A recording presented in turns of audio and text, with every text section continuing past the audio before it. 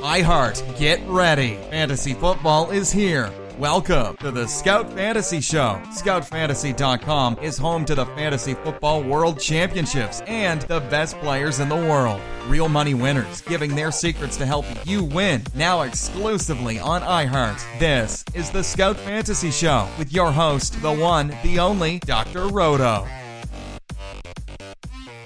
It's Dr. Roto. Get out the insurance cards. Get out the copay. The office is open. It is time for the Detroit Lions podcast preview.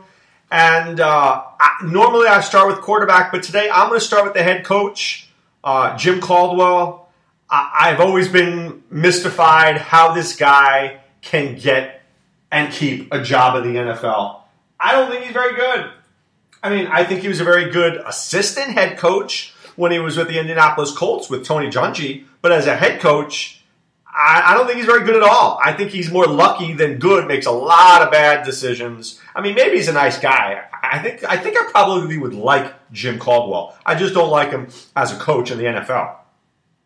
So I think he's hanging on by a thread. One more bad season, and you're going to see this guy get the chop there at the end of the year. But I look at the Lions, and they are super, super thin fantasy-wise. This team, I've got 1, 2, 3, 4, 5, 6, maybe 7 guys that I'm looking at.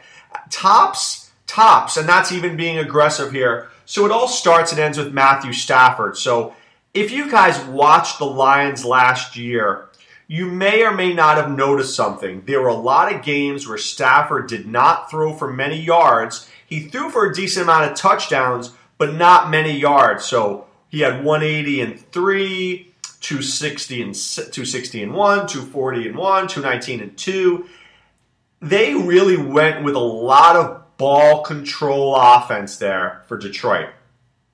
The time of possession was very much in their favor. You'd watch a Lion game, and did you ever notice, like, the fourth quarter, it would be like 3:34, and that game was almost done, when other games would go until like 4:16, right, on a Sunday.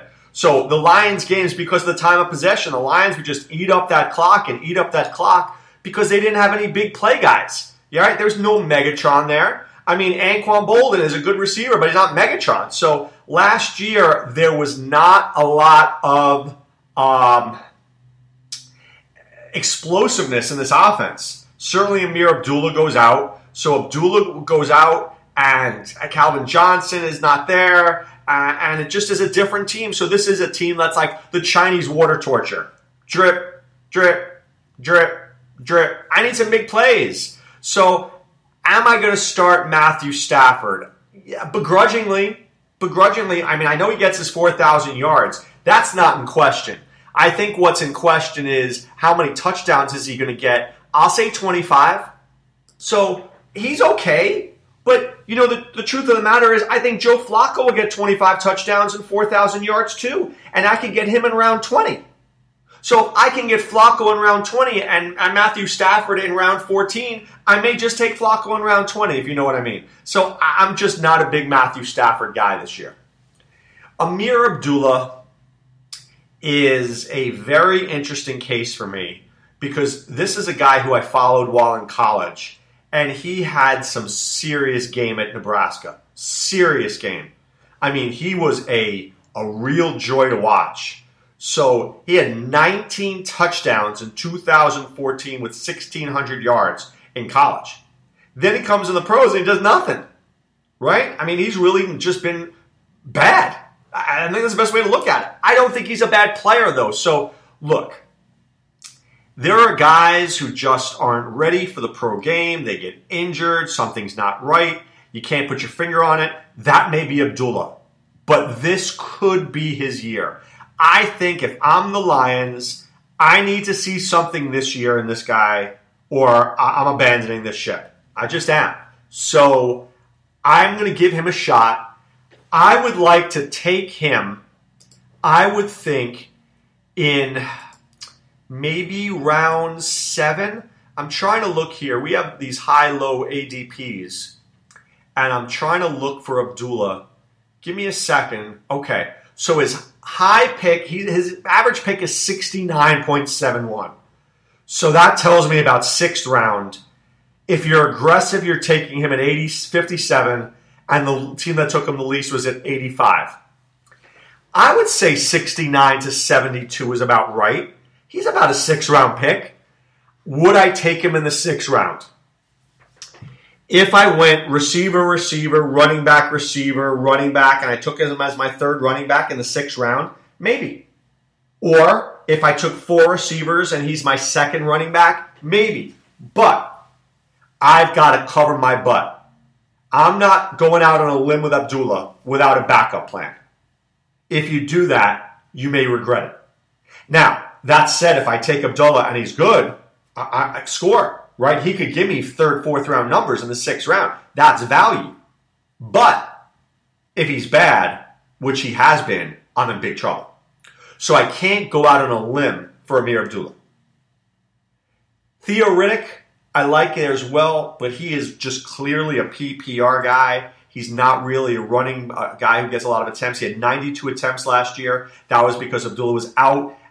This is not a guy that you want to give the ball to more than maybe 5 to 7 rushes a game, but you want to put the ball in his hands maybe 5 times a game. So I think there's no reason that he couldn't be around, 70 to 80 receptions again. I think that's a very fair number. I do. I think that's a very fair number. And I think 500 yards receiving is a very, fair number for him as well. I do. I believe that to be true. So I like Theo Riddick. I like him more in many ways than Abdullah because I think I know exactly what I'm getting with Theo Riddick. Right? Theo Riddick, his ADP is 81 and his high is 62, as low as 93. So I know with Theo Riddick, I'm getting a guy who should get me 10 to 12 points a game just in receiving. Right?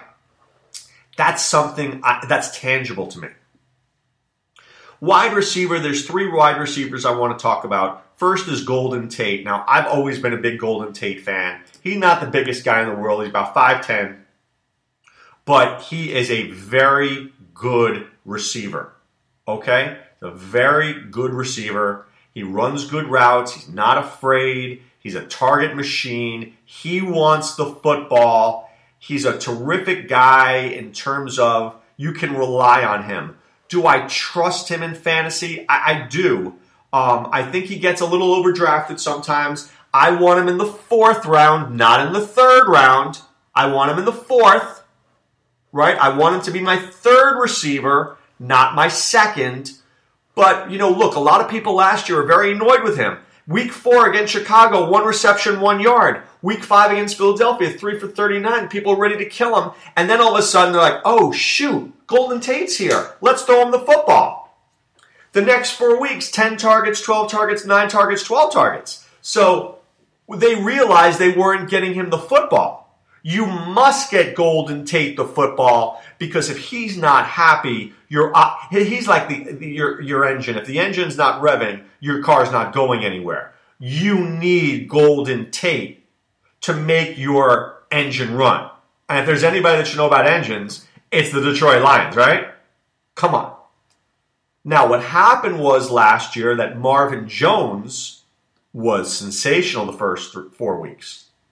So Marvin Jones, first 4 weeks, 4 for 85, 8 for 118, 6 for 205 and 2 touchdowns, 5 for 74, 4 for 37 and a touchdown, and then they said, oh my God, we forgot to give the ball to Golden Tate. Let's forget about Marvin Jones. Now, there's got to be a way for these 2 guys to exist together. They're talented receivers. But Marvin Jones just disappears sometimes. I mean, he literally disappears. So, and Tate, you must feed. You must feed him the ball. Must. So the question here is, how do these guys, would I take Marvin Jones? I don't really want Marvin Jones. I want him super late in drafts. I'm really not looking for Marvin Jones. I think I'd rather take a guy named Kenny Golladay. Kenny Golladay is a really big, tall guy, about 6'4", 220 pounds, decent enough speed, but he doesn't drop passes, and he catches a lot of balls in the red zone. And the Lions need a big guy there. So he could be like a Plexico Burress when it's all said and done. Now, hopefully without the gun in the club, you know what I'm saying, without the rap sheet. But this is a guy who can pull down some touchdowns. So I'd like to see what Golladay looks like here because this guy's a presence in the red zone. So I like Tate, but I'm not going to take Marvin Jones. I'm not. I'm going to take Kenny Golladay. Because I don't think Marvin Jones' upside is great. But Golladay, I can get in round 19, and maybe he can get me 6 or 7 touchdowns. And God forbid Marvin Jones gets injured, then I really like this guy. I do. I really like this guy. At tight end, speaking of I like Eric Ebron. So we've discussed this ad nauseum, but let's do it one more time.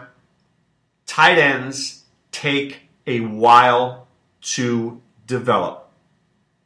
And Eric Ebron, if you look at his line graph, it's going up.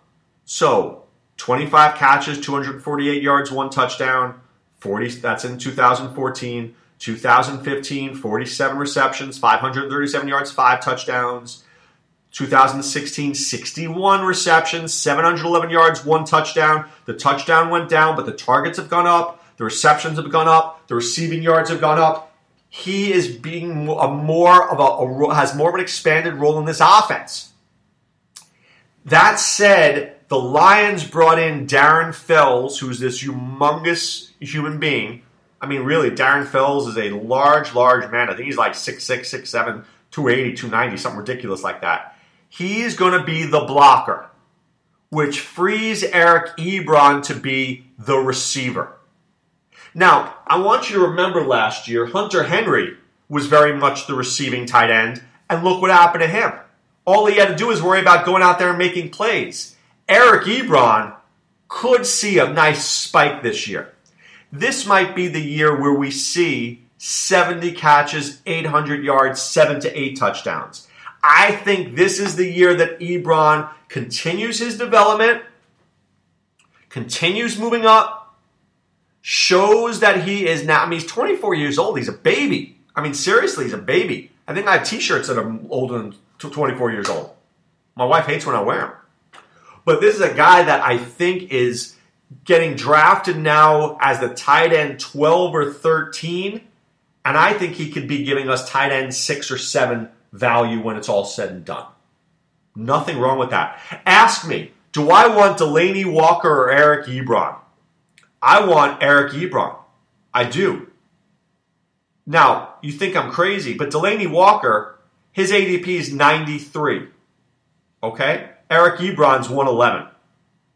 You got to take Delanie Walker. His high at ADP is 65, as low as 100. Ebron's 96 to 127. But people are jumping at Delanie Walker. Why? They know him. Delanie Walker is about a year or two from being done in the NFL. How about that? They drafted Jonnu Smith there. There is a reason. I like Ebron, and I think people should watch him closely. Should watch him closely. All right. So there we have the Detroit Lions preview. The Lions playoff schedule. They've got at Tampa Bay, home for Chicago, at Cincinnati. It's an okay schedule. Nothing bad, nothing crazy. They have Matt Prater, by the way, as their kicker. Matt Prater from Estero, Florida, about 2 minutes from my house. He was one of my first interviews ever on the radio years ago. Good kicker, good leg, good indoor kicker on a bad offense, which is what we're looking for. I think the big tier, so if you're in IDP leagues, I'm going to give you a name, though. I'm going to give you a guy, Jerrod Davis from the University of Florida. Trust me when I tell you, this guy's going to be starting linebacker from day one. Day one. They love this guy, and he is going to be a tackle machine. So if you play in an IDP league, I really don't like the Lions' defense. I like Ezekiel Ansah, that's true, but I do like this kid, Jerrod Davis. He is going to be in on every single tackle. Every single tackle, he will be there. So that's the Lions in a nutshell. Good team, not great. I think this is a 7-9 to 9-7 team. I always dig the uniforms. But you know what? Any team that doesn't do right by Calvin Johnson is a team that, Just not happening. They didn't do right by Barry Sanders. These are two of the best players ever. And these guys were just tired of the losing. And I think it's a culture of losing sometimes in Detroit. And it's hard to break that culture. It's hard to break that culture. And when you believe that you're a loser, you become a loser. I'm not saying the Lions are losers, but maybe they need to get rid of their coaching staff. Maybe they need to start over. Maybe they need to inject some life into this offense. I think it all starts with Amir Abdullah. He's got to play better this year. They need a running game. Without a running game, they've got nothing. All right, but we have a culture of winning at Scout Fantasy. So I want you to go to scoutfantasy.com, enter the promo code ROTO, that's ROTO. Pay for 1 month, we'll get you 2 more for free. We'll get you access to Sean Childs' team projections. We'll get you access to Adam Ronis' amazing baseball and football info. You get access to Dr. Roto. I mean, that's what I'm here for. You go to our premium message board, you see my man Fuego Steve and SD Chickens, guys who are going to help you win in baseball, and Rob Garriak. So you're going to see that guys are going to be super successful if you join Scout Fantasy. I also want you to go to playffwc.com, right?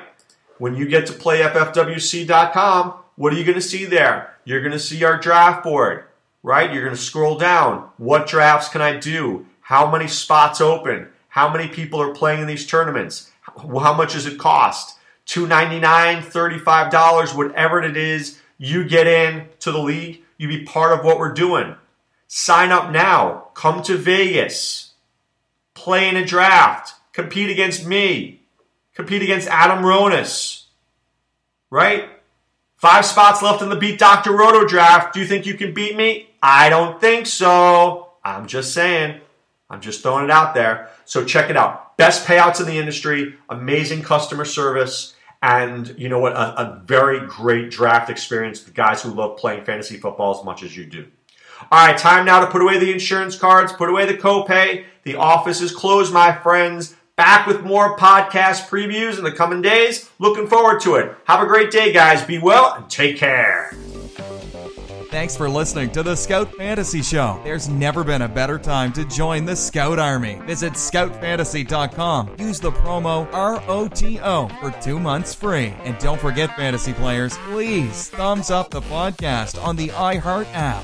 See you next time. Go Scouts!